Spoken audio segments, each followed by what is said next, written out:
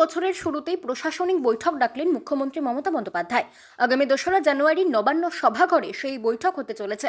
এই বৈঠকে সমস্ত জেলার জেলা শাসক এবং পুলিশ সুপাররা ভার্চুয়ালি উপস্থিত থাকবেন। আর সভাঘরে উপস্থিত থাকবেন বিভিন্ন দপ্তরের সচিব এবং উচ্চপদস্থ আধিকারিকেরা। থাকবেন বেশ কয়েকজন মন্ত্রীও। রাজনৈতিক বিশ্লেষকরা মনে করছেন 26-এর বিধানসভা নির্বাচনের 1 বছর বাকি থাকতেই তার প্রস্তুতি শুরু করে দিতে চান মমতা বন্দ্যোপাধ্যায়। নতুন বছরের প্রথম থেকেই প্রশাসনকে আরও চাঙ্গা করতে তৎপর তিনি।